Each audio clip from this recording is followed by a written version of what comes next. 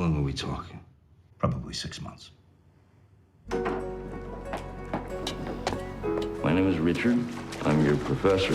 From here on out, we're going to do things very, very differently. Oh, if any of you sell marijuana, please visit me during office hours. Thanks. Bye. I have cancer, and it doesn't look good. Best of luck with your impending deaths. It's your health. There's no need to be facetious. Leave. All right, stop. You get a B. But I'm not finished. Take a seat. Does it matter if I smoke a joint? You gotta be kidding me. He's trying to beef.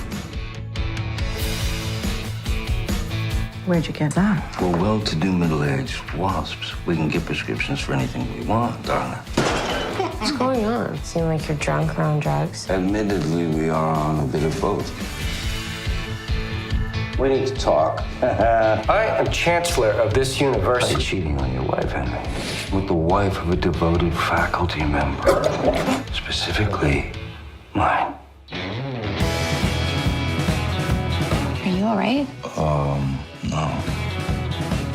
Why are you and Mom still together? What happened to us, Richard? What happened to us? Life. Damn it, Richard, those are crystal.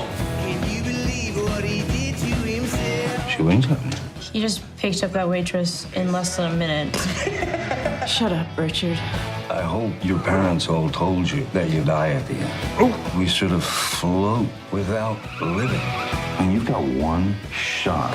Grab it, snatch it up, make it yours. Don't let a moment of it slip by. What's your gardener doing here? He's my emergency contact. See? Was that it? Yeah, I think so, yeah. Yeah, that's it. I'm Richard. Okay.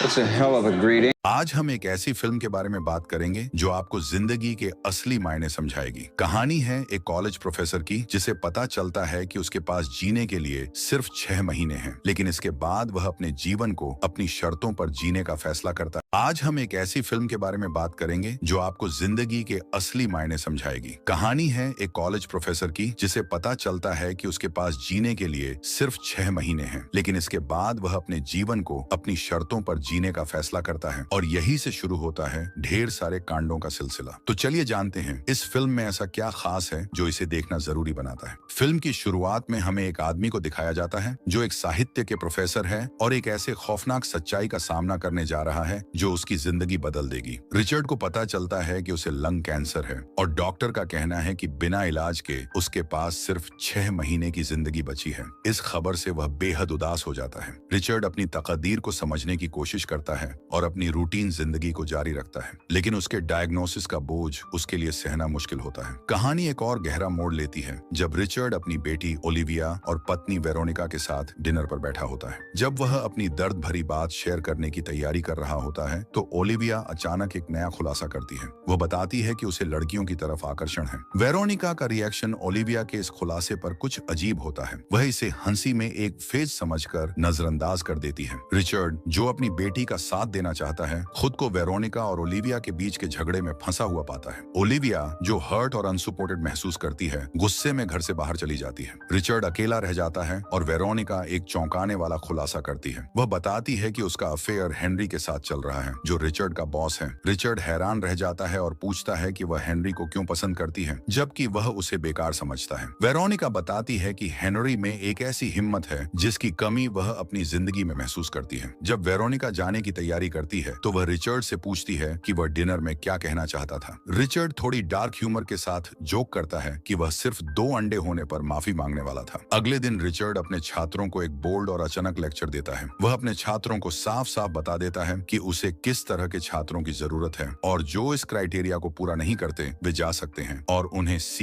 या D grade मिलेगा। जो छात्र रहना चाहते हैं उनसे बस यह उम्मीद है कि वे एक किताब पढ़ें और अपने पीयर्स के लिए एक रिफ्लेक्शन लिखें। जैसे ही रिचर्ड अपना स्पीच खत्म करता है, लगभग सारे छात्र छोड़कर चले जाते हैं और बस कुछ ही छात्र बचते हैं। इनमें से रिचर्ड एक फेमिनिस्ट छात्रा को देखने लगता है। वह साफ साफ कहता है कि अब उसे फेमिनिस्ट मुद्दों से कोई फर्क नहीं पड़ता और जेंडर इनइक्वलिटी पर किसी भी चर्चा को नकार देता है। रिचर्ड अपनी क्लास को अचानक खत्म कर देता है और अपने इमोशंस को हैंडल करने के लिए ब्रेक लेता है। थोड़ी ह्यूमर के साथ वो जोक करता है कि जो कोई भी वीड के लिए जानता हो वह उससे ऑफिस में मिल सकता है। बाद में रिचर्ड एक बार में अपने दोस्त पीटर से मिलता है। ड्रिंक्स के दौरान रिचर्ड अपनी बीमारी और काम से छुट्टी लेने की बात करता है। पीटर उसे समझदारी के साथ आराम देने की कोशिश करता है, लेकिन रिचर्ड को पिटी पसंद नहीं आती और वह उसे कह देता है कि यह बंद करे। अगले दिन रिचर्ड और वेरोनिका अपने पारिवारिक मसलों पर बात करते हैं। रिचर्ड कहता है कि वेरोनिका को उनके मैरिटल इश्यूज ओलिविया से नहीं शेयर करने चाहिए और वह वेरोनिका को अपने लवर के साथ अपना रिश्ता जारी रखने की आजादी देता है। साथ ही रिचर्ड यह भी कहता है कि अब वह वेरोनिका के साथ वफादारी महसूस नहीं करता। उनकी बातचीत एक नया मोड़ लेती है जब वे मिलकर शराब पी रहे होते हैं और बेहद अचानक एक दूसरे के करीब आ जाते हैं। रात को ओलिविया अपने दोस्त के साथ घर वापस आती है और अपने माता पिता को नशे में देखकर हैरान हो जाती है। वह अपने दोस्त को लेकर चली जाती है और उनके माता पिता अपना रात का वक्त इसी गड़बड़ी में बिताते हैं। उस रात वेरोनिका अपनी प्रतिक्रिया पर सोचती है और ओलिविया के कन्फेशन पर अफसोस करती है। अगले दिन एक लेक्चर के दौरान रिचर्ड अपने कुछ छात्रों से मिलता है जो अभी तक उसकी क्लास में हैं। वह एक छात्रा क्लारा से मिलता है और पता चलता है कि वह हेनरी की भतीजी है जो रिचर्ड की पत्नी के साथ अफेयर में है। क्लारा अपने अंकल के साथ अपने रिश्ते को खतरनाक बताती है। एक दोस्ती के पल में रिचर्ड कहता है कि चलो सब एक पब चलें। पब में रिचर्ड अपने छात्रों से अपनी जिंदगी के अनुभव और सलाह शेयर करता है। एक वेट्रेस टेबल तक आती है और रिचर्ड उससे फ्लर्ट करता है। वेरोनिका को हेनरी के साथ मजा आता है। जब रिचर्ड टेबल पर वापस आता है तो वह अपने छात्रों से कहता है कि वेट्रेस को अच्छा टिप दें ताकि उनका शाम बेहतरीन हो सके। रात के वक्त एक फैमिली डिनर के दौरान रिचर्ड वेरोनिका से अपने रिश्ते को सुधारने की कोशिश करता है और अपने दिल से माफी मांगता है। ओलिविया अपने माँ बाप की माफी को स्वीकार करती है और यह एक पुनर्मिलन का पल बन जाता है। स्कूल के नए दिन की शुरुआत में एक फेमिनिस्ट स्टूडेंट रिचर्ड से मिलती है और अपने विचारों को शेयर करती है। रिचर्ड को लगता है कि इस स्टूडेंट की पर्सपेक्टिव में कोई पॉजिटिव चेंज आया है। एक हल्के पल में एक स्टूडेंट रिचर्ड के ऑफिस आता है और फ्री में एक ब्राउनी लाता है जो वीड से इन्फ्यूज्ड है। रिचर्ड उसे शुक्रिया कहता है और उस ब्राउनी का स्वाद लेने का फैसला करता है। वह स्टूडेंट फ्लर्ट करते हुए रिचर्ड को इनवाइट करता है और रिचर्ड थोड़ा इंट्रिग्ड होता है। घर पर रिचर्ड अपनी बेटी ओलिविया से गहरी बात करता है और पूछता है कि क्या वो अपनी गर्लफ्रेंड के साथ खुश है। ओलिविया खुशी से जवाब देती है और अपनी खुशी को एक्सप्रेस करती है। रिचर्ड अपनी बेटी की खुशी देखकर गर्व महसूस करता है। कॉलेज में रिचर्ड अपने छात्रों को लॉन पर ले जाता है और वहाँ वे अवैध पदार्थों और शराब का इस्तेमाल करते हैं जो सामान्य क्लासरूम गतिविधियों से बिल्कुल अलग होते हैं। पीटर, जो अब रिचर्ड को आत्मविनाश करते हुए नहीं देख सकता, उसे कैंसर सपोर्ट ग्रुप ले जाता है। लेकिन रिचर्ड उन मरीजों के अनुभवों को नजरअंदाज कर देता है और कहता है कि उनका समय बर्बाद करना बेकार है। रिचर्ड एक नई सोच के साथ प्रपोज करता है कि सभी को बाहर जाना चाहिए और मस्ती करनी चाहिए, लेकिन कोई भी इस विचार को अपनाने के लिए तैयार नहीं होता। रिचर्ड अपनी ग्रुप को छोड़कर पीटर के साथ पब चला जाता है और वहाँ वह अपनी नई आइडियाज और प्लान्स शेयर करता है। रिचर्ड को ऐसा समय मिलता है जब क्लारा पब में आ जाती है और वह पीटर को घर भेज देता है। क्लारा रिचर्ड को एक और ड्रिंक ऑफर करती है और रात का माहौल थोड़ा लाइवली हो जाता है जब वह एक गाना ऑर्डर करती है। म्यूजिक के बीच रिचर्ड अपनी टर्मिनल डायग्नोसिस के बारे में क्लारा से बात करता है। क्लारा, जो इस बात से प्रभावित होती है,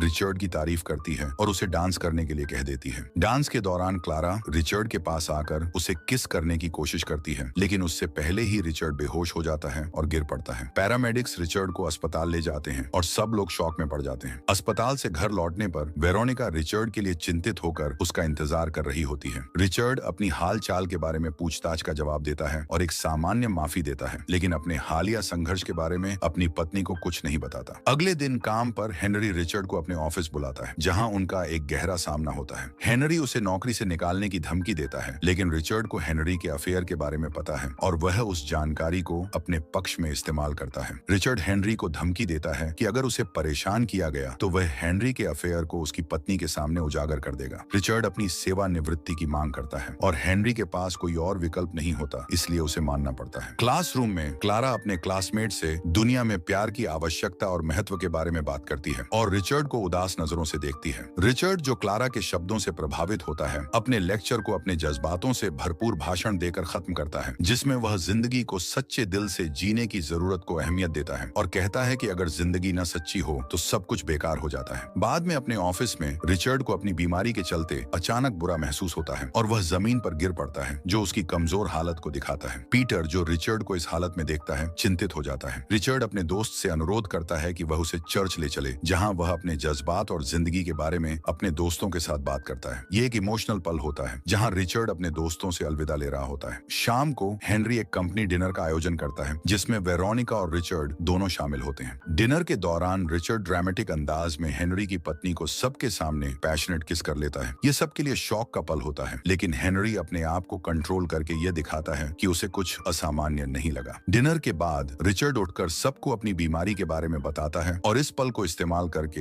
हेनरी के अफेयर को अप्रत्यक्ष रूप से सबके सामने लाता है। रिचर्ड अपनी दोस्ती और अपने जज्बात वेरोनिका के लिए व्यक्त करता है और कहता है कि वह अभी भी उसे प्यार करता है। जैसे ही शाम का वक्त होता है, रिचर्ड वेरोनिका से अलविदा ले लेता है और उसे खुश रहने की सलाह देता है। वेरोनिका इमोशनल हो जाती है और रिचर्ड को प्यार भरी नजर से देखकर अलविदा कहती है। घर लौटकर रिचर्ड अपने सफर के लिए तैयार हो रहा होता है, लेकिन इससे पहले कि वह चले, ओलिविया आती है। ओलिविया अपने दोस्त से धोखा खाने की वजह से उदास होती है। रिचर्ड उसे आराम देने की कोशिश करता है और एक ड्रिंक ऑफर करता है। ओलिविया, जो अपने पिता के उदास चेहरे को देखती है, उससे पूछती है कि उसे क्या परेशानी है। रिचर्ड अपनी बीमारी को उसे बताता है और अपनी स्थिति के बारे में बताता है। उनका वक्त एक दूसरे के साथ खत्म होता है, लेकिन रिचर्ड ओलिविया को एक अहम संदेश देता है, हमेशा अपने आप से सच्चे रहना और अपनी भावनाओं को व्यक्त करते हुए जिंदगी जीना। वह उसे यह भी कहता है कि वह उसे बहुत मिस करेगा। ओलिविया पोर्च से रिचर्ड को कार में बैठा देख रही होती है जब वह ड्राइव करने के लिए तैयार हो रहा होता है। उनका आखिरी पल चुपचाप भावनाओं से भरा होता है। रिचर्ड ओलिविया को एक फाइनल किस भेजता है और वह देखती है जैसे वह गाड़ी लेकर चला जाता है। रिचर्ड इंटरसेक्शन पर रुककर दूरी को देखकर अपने फैसले पर सोचता है और इसी के साथ ये मूवी यही खत्म हो जाती है। मिलते हैं नेक्स्ट वीडियो में एक और मूवी के एक्सप्लेनेशन के साथ, और चैनल को सब्सक्राइब करना ना भूले